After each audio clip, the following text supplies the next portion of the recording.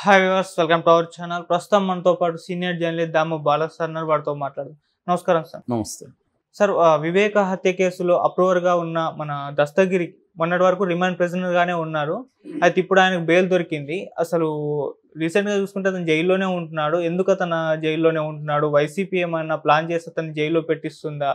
అసలు ఏం జరుగుతుంది సార్? మరి ఆయన బయటకు వచ్చే అవకాశం ఏమైనా కనిపిస్తుందా? Dastagiri very notorious.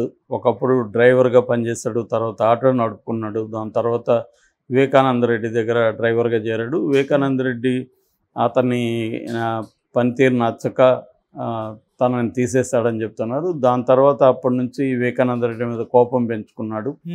సో అందుకనే ఈ టీంలో వివేకానంద రెడ్డిని చంపడానికి వీళ్ళు ఒక టీమ్గా ఫామ్ అయినప్పుడు ఇతను కూడా యాక్టివ్గా ఉన్నాడు.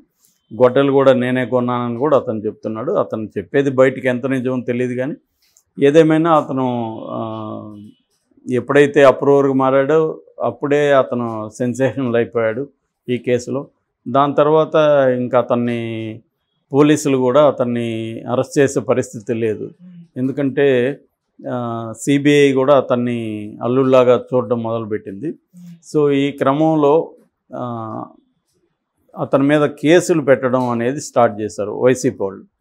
సో ప్రధానంగా 2 కేసులు ఇప్పుడు బలంగా ఉన్నాయి. ఒకటేమో ఎర్రగుంట్ల పోలీస్ స్టేషన్ వాళ్ళు పెట్టిన కేసు, రెండోదేమో వేముల పోలీస్ స్టేషన్ పెట్టిన కేసు. ఎర్రగుంట్ల కేసు ఏంటంటే లాస్ట్ ఇయర్ నవంబర్లో ఇమాంబి అని ఒక ముస్లిం అమ్మాయి, అంటే వీళ్ళ దూదేకుల ముస్లింలు అంటారు వీళ్ళని. సో ఇమాంబి అని వీళ్ళ బంధువుల అమ్మాయి, ఆ అమ్మాయికి 18 years అని చెప్తున్నారు. ఆ అమ్మాయి ఒక దళిత యువకుడిని, లక్ష్మీనారాయణ అనే ఒక దళిత యువకుడిని లవ్ చేసింది. లవ్ చేసినప్పుడు వాళ్ళ ఇంట్లో వాళ్ళు పోలీస్ స్టేషన్లో కేసు పెట్టారు. ఈ అమ్మాయిని తీసుకొచ్చారు. పోలీసులు కౌన్సిలింగ్ ఇచ్చి అప్పటికి ఇంకా 18 ఎండలేదు. సో అని మళ్ళీ ఇంట్లో వాళ్ళకి అప్పగించారు. కానీ అమ్మాయి మళ్ళీ 18 కంప్లీట్ అవ్వగానే మళ్ళీ లక్ష్మీనారాయణ దగ్గరికి పారిపోయింది. అప్పుడు వాళ్ళ ఇంట్లో వాళ్ళు ఇతనికి చెప్పారు. ఇతను ఏం చేశాడంటే తనకి ఎస్కార్ట్గా 5 మంది పోలీసులు ఉంటారు. ఆ ఎస్కార్ట్ వెహికల్ని తీసుకొని వెళ్ళి మధ్యలో తను వేరే వెహికల్లోకి మారిపోయి వాళ్ళని ప్రొద్దుటూరు వెళ్ళమన్నాడు. నేను ప్రొద్దుటూరు వస్తాను, మీరు ముందు వెళ్ళండి అన్నాడు. వాళ్ళు నమ్మి ప్రొద్దుటూరు వెళ్ళారు. కానీ తను రాలేదు. రాకపోయేసరికి వాళ్ళు మనల్ని ఇతను మోసం చేశాడని చెప్పి వాళ్ళు ఎర్రగుంటలో కంప్లైంట్ ఇచ్చారు. ఈ లోపల ఇతను ఏం చేశాడంటే ఆ అమ్మాయిని బలవంతంగా లక్ష్మీనారాయణని బూతులు తిట్టి అతను తోసేసి ఆ అమ్మాయిని బలవంతంగా వెహికల్ వేసుకొని బయలుదేరాడు. అది ఎస్కార్ట్లు కంప్లైంట్ ఇచ్చారు కాబట్టి ఎర్రగుంటలో పోలీసులు చేజ్ చేసి ఇతన్ని పట్టుకొని ఆ అమ్మాయిని తీసుకొచ్చి మళ్ళీ ఆ లక్ష్మీనారాయణకి అప్పగించారు. ఎందుకంటే ఆ అమ్మాయి మేజరు, తనని లక్ష్మీనారాయణ పెళ్లి చేసుకోవాలనుకుంటుంది కాబట్టి మళ్ళీ అప్పగించారు. సో ఈ క్రమంలో ఇప్పుడు లక్ష్మీనారాయణ ఇతని మీద కేసు పెట్టాడు. అతను ఎస్సీ కాబట్టి నన్ను ఇట్లా కులం పేరుతో దుర్భాషలు ఆడాడు, నన్ను కొట్టాడు అది అని చెప్పి ఎస్సీ ఎస్టీ అట్రాసిటీస్ యాక్ట్ కింద కేసు పెట్టారు. అది ఎర్రగుంట్ల కేసు. ఇక వేముల కూడా అతను దౌర్జన్యంగా గొడవలకు వెళ్ళాడని చెప్పి వేముల పోలీస్ స్టేషన్లో కూడా కేసు ఉంది. ఎందుకంటే దస్తగిరి మీద మనం చాలా వీడియోలు చేసుకున్నాము. అతను అనేక చోట్ల వెళ్ళి కాళహస్తిలో, తర్వాత రైల్వే కోడూరులో, అన్నమయ్య డిస్టిక్ రైల్వే కోడూరులో పంచాయతీలు చేసి 3 షాపులు క్లోజ్ చేయించాడు. కాళహస్తికి వెళ్ళి అక్కడ ఒక దర్గా భూమిని ఆక్యుపై చేసుకోవడానికి ట్రై చేశాడు. అట్లాగే తను అప్పులు ఇచ్చిన వాళ్ళ అబ్బాయిని కిడ్నాప్ చేసి ఇంట్లో పెట్టుకొని ఆ అబ్బాయిని కొట్టడం అవన్నీ చేశాడని అదొక కేసు ఉంది పులివెందుల్లో. సో ఇలాగా అనేక కేసులు అతని మీద ఉన్నాయి. సో ఇప్పుడు అతనికి ఒక 2 వారాల ముందే ఈ ఎర్రగుంట్ల కేసు, అమ్మాయిని కిడ్నాప్ కేసు ఉంది కదా, దాంట్లో బెయిల్ ఇచ్చేసింది కడప కోర్టు. అయితే వేముల కేసులో బెయిల్ ఇవ్వలేదు. దాంతో అతని తరపున జడ శ్రవణ్ కుమార్ హైకోర్టులో పిటిషన్ వేశాడు, బెయిల్ పిటిషను. సో జడ శ్రవణ్ కుమార్ వాదనలతో ఏకీభవించింది. జడ శ్రవణ్ కుమార్ ఏమంటున్నాడంటే వైసీపీ వాళ్ళు కావాలని ఇతన్ని వేధించడానికి, ఎందుకంటే ఇతను అప్రూవర్గా మారి వైసీపీకి యాంటీగా మాట్లాడడం అవన్నీ చేస్తున్నాడు. రెండోది అవినాష్ రెడ్డిని వీళ్ళందరినీ కూడా ఇరికిచ్చింది ఇతనే కాబట్టి వైసీపీ వాళ్ళకి సహజంగా ఇతని మీద కోపం ఉంటుంది, అందుకని కేసులు పెడుతున్నారు. ఇవన్నీ చిన్న కేసులే కానీ అతన్ని బెయిల్ రాకుండా చూస్తున్నారు అనేది జడ శ్రవణ్ కుమార్ వాదించారు. నిజానికి ఈ రెండు కూడా బెయిల్ ఇవ్వకూడని కేసులేం కాదు. కాబట్టి హైకోర్టు కూడా ఇతనికి బెయిల్ మంజూరు చేసిందని చెప్తున్నారు. అయితే ఈ కాంటెక్స్ట్లో దస్తగిరి ఏం చేస్తున్నాడు, వైసీపీ ఎందుకు దస్తగిరి మీద కేసులు పెట్టిస్తుంది అనేది మనం డిస్కస్ చేస్తే ఇక్కడ రెండు వైపులా ప్రాబ్లమ్స్ ఉన్నాయి. దస్తగిరి కూడా ఏమి సైలెంట్గా ఉండే వ్యక్తి కాదు. అతను ఏంటంటే మామూలుగానే రాయలసీమలోనే కాదు, ఎక్కడైనా హైదరాబాద్లో అయినా కూడా కేసులు ఎవరి మీద ఎక్కువ ఉంటే వాళ్ళు బయటకు వచ్చి పంచాయతీలు ఎక్కువ చేస్తుంటారు.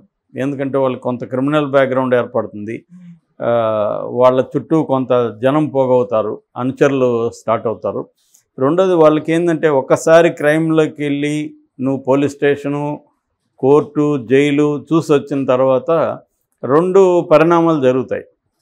ఒకటి, దానికంతా భయపడి ఇక మీదట అసలు ఆ జోలికి వెళ్ళకూడదురా అనుకునే వాళ్ళు కొంతమంది ఉంటారు. అసలు పోలీస్ స్టేషన్ జన్మలో పోలీస్ స్టేషన్కి, జైలుకి, కోర్టుకి వెళ్ళకూడదు అని నిర్ణయించుకొని అతి జాగ్రత్తగా బుద్ధిగా ఉండేవాళ్ళు కొంతమంది ఉంటారు. ఎక్కువ మంది రెగ్యులర్గా కోర్టులో క్రైమ్ చేస్తూ వెళ్ళే వాళ్ళకి ఏమైపోతుందంటే పట్టు వచ్చేస్తుంది వాటి మీద. సో ఎవడోని ఎలా డీల్ చేయాలి, పోలీసులు పట్టుకుంటే ఏం చేయాలి, కోర్టుకి వెళ్ళాలంటే ఏం చేయాలి, జైలుకి వెళ్ళినాక అక్కడ ఏం చేయాలి, ఇవన్నీ వాళ్ళకి తెలిసిపోతాయి ఎక్స్పీరియన్స్ ద్వారా. సో వీటన్నిటిలో కూడా డబ్బులు ఉంటే మేనేజ్ చేయొచ్చు, డబ్బులు సర్కిల్ ఉంటే మేనేజ్ చేయొచ్చు అనే విషయం వాళ్ళకి అర్థమైపోతుంది.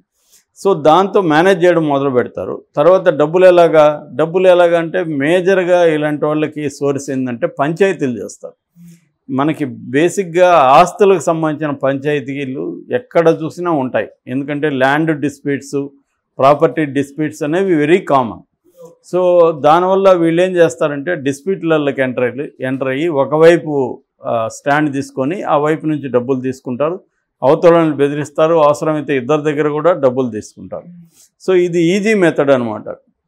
ముఖ్యంగా ఇలాంటి వాళ్ళకి ఏంటంటే ఇతనికి ఆల్రెడీ 5 మంది ఎస్కార్ట్ పోలీసులు ఉన్నారు, ఇతనికి వేరే రౌడీలు కూడా అవసరం లేదు, వీళ్ళని తీసుకెళ్తేనే ఎవరైనా భయపడతారుగా. వీళ్ళ పనేమో అతను అక్కడికి పోతే అక్కడికి వెళ్ళాలి, వీళ్ళేమో అతని తరపునేమి ఎవరిని బెదిరించరు.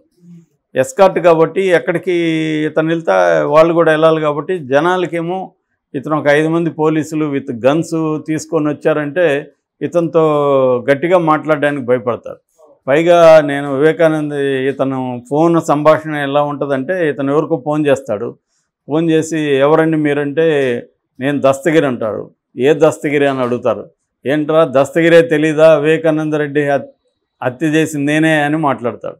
అవతల వాళ్ళకి భయం వేస్తుంది, ఎందుకులే వీడు సిబిఐ ఇతను వదిలేసింది, హత్య చేసిన దస్తగిరి అని వాళ్ళు జాగ్రత్తగా చెప్పన్న అన్న టోన్ మారిపోతుంది అవతల. ఇలా ఉంటుంది వ్యవహారాలు. ఎందుకంటే ఇప్పుడు మామూలుగా క్రైమ్లోకి వెళ్ళని వాళ్ళకి ఈ క్రైమ్లో ఉన్న వాళ్ళని చూస్తే ఖచ్చితంగా భయం వేస్తుంది. సో ఆ భయమే వీళ్ళ పెట్టుబడి. సో అలాగా దస్తగిరి కూడా ఏం చేస్తున్నాడు, తన పొజిషన్ ఉపయోగించుకొని సిబిఐ కోర్టులు తను వదిలేసాయి కాబట్టి, బెయిల్ వచ్చేసింది కాబట్టి దాన్ని ఉపయోగించుకొని పంచాయతీలు చేస్తూ అతను డబ్బులు సంపాదించే మార్గంలో పడ్డాడు. అతను ఒక్కడే కాదు, ఇది చాలామంది చేస్తారు, అతను కూడా అలా చేస్తున్నాడు. దీంతో అతని మీద కేసులు అనేవి కంపల్సరీగా నమోదు అవుతాయి. కేసులు పెట్టకుండా ఎలా వదిలేస్తారు? పైగా వైసీపీకి యాంటీగా కూడా ఉన్నాడు. సో ఇప్పుడు తెలుగుదేశం మీడియా ఏం రాస్తుందంటే దస్తగిరిని వైసీపీ వాళ్ళు ఎన్నికల కోసం లోపల పెడుతున్నారు అనేది వీళ్ళ వర్షన్ ఏంటంటే, ఈరోజు కూడా నేను చదివాను ఆంధ్రజ్యోతిలో. వీళ్ళ వర్షన్ ఏముందంటే ఇతను బయట ఉంటే ఎన్నికల టైంలో మళ్ళీ వివేకానంద రెడ్డి ఇష్యూని ఇతను బయటికి తీసుకొస్తాడు, అందువల్ల జైల్లో పెట్టేస్తే ఇతను జైల్లో పడి ఉంటాడని వైసీపీ చేస్తుందని. ఉండొచ్చు, అది కూడా వైసీపీకి స్ట్రాటజీ ఉండదని కాదు, కానీ ఇతని వైపు కూడా నేరాలు అయితే ఉన్నాయి. వైసీపీ దాన్ని ఉపయోగించుకొని ఇతన్ని అవసరమైన దానికంటే కూడా ఎక్కువ కాలం జైల్లో ఉంచాలని వైసీపీకి కూడా ఈ వ్యూహం ఉండదని మనం ఏం చెప్పలేం. ఎందుకంటే వైసీపీకి కూడా ఇతను ఉంటే బయట ఉంటే ఇతను సైలెంట్గా ఉండే వ్యక్తి కాదు, మీడియా కూడా ఉండదు కదా. తెలుగుదేశం వాళ్ళు కూడా ఇతను ఉపయోగించుకుందామని ట్రై చేస్తారు. సో ఇతను గతంలో కూడా గంటల తరబడి మీడియా లైవ్లో కూడా మాట్లాడాడు. లైవ్లో ఉండి ఇతను అన్నిటికీ ఆన్సర్లు ఇచ్చి ఇతనేదో ఒక పెద్ద రాజకీయ నాయకుల్లాగా మాట్లాడారు. మీడియా వాళ్ళు కూడా దస్తగిరి గారు మీరు చెప్పండి అతను ఒక హంతకుడని అతనే ఒప్పుకున్నాడు. కానీ మీడియాకి ఏముందంటే అతను అవసరం ఉంది కాబట్టి ఇంకా అతన్ని జాగ్రత్తగా డీల్ చేసుకుంటున్నారు. సో ఇలాగా దస్తగిరి వైపు నుంచి కూడా ఈ ప్రాబ్లమ్స్ ఉన్నాయి. దాన్ని తెలుగుదేశం ఉపయోగించుకుంటుంది, వైసీపీ కూడా ఉపయోగించుకుంటుంది.